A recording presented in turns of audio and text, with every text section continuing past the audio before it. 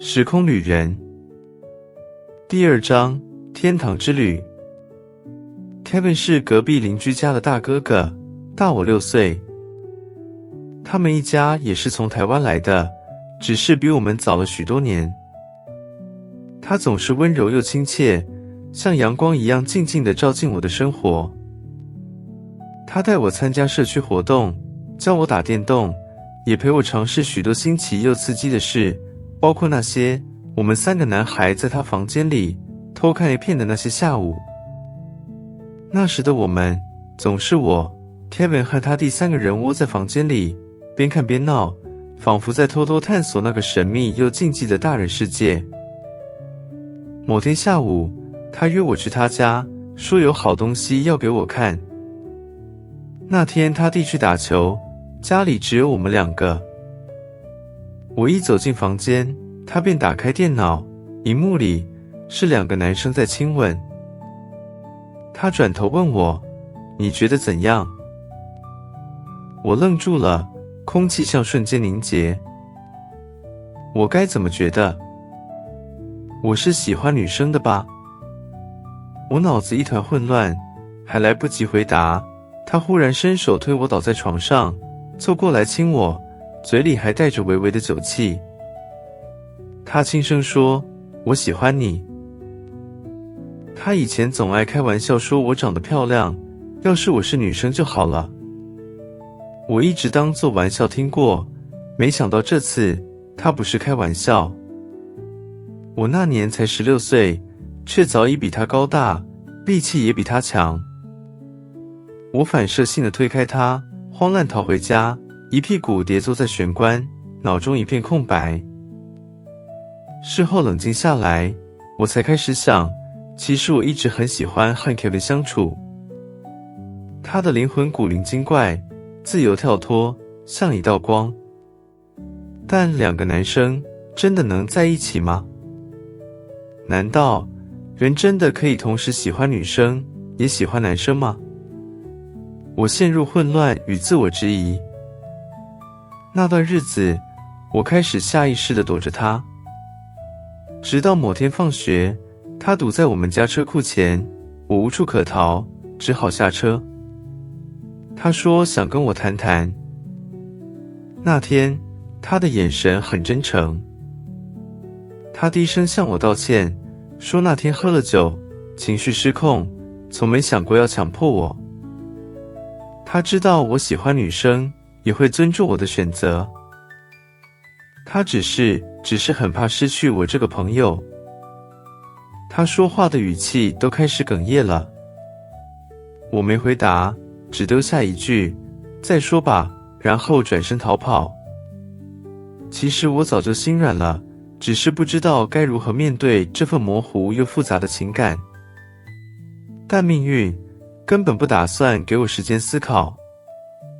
过了一阵子，某天噩耗突然传来， Kevin 在高速公路的连环车祸中当场身亡。那一刻，我仿佛被整个世界击倒，连呼吸都像被抽空。我才明白，原来人的心脏真的会痛。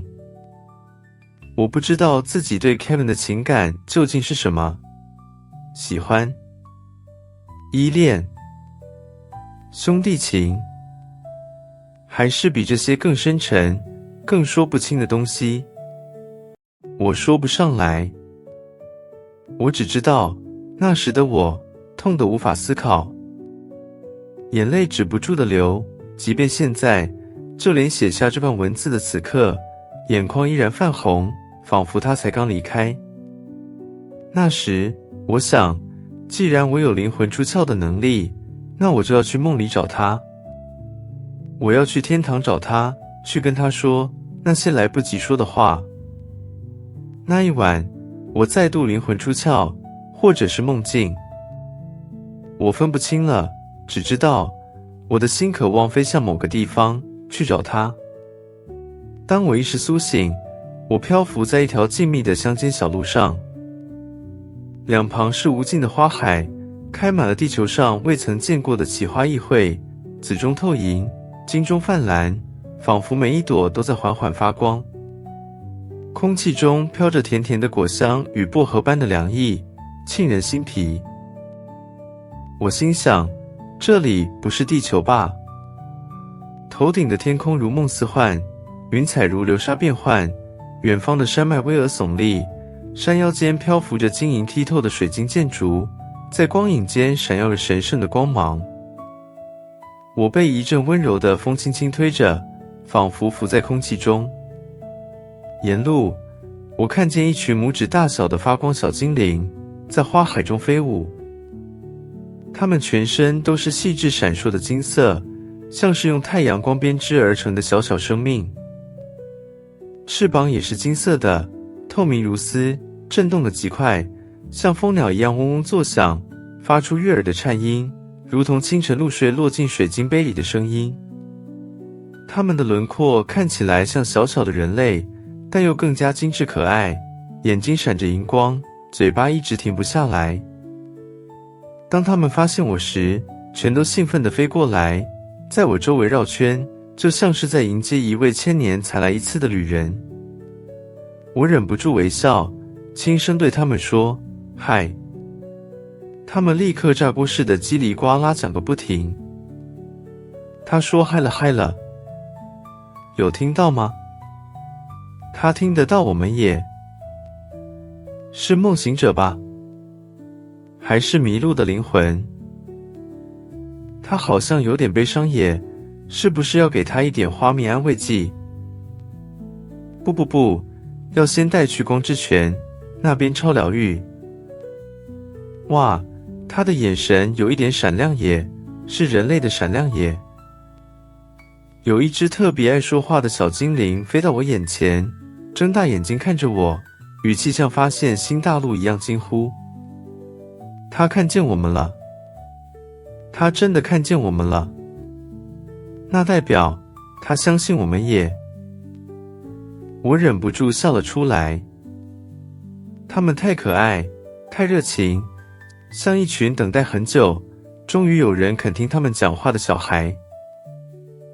这里也许就是天堂吧，我想。小精灵们引我走进一座隐藏在山壁之中的山洞，然后他们就一哄而散了。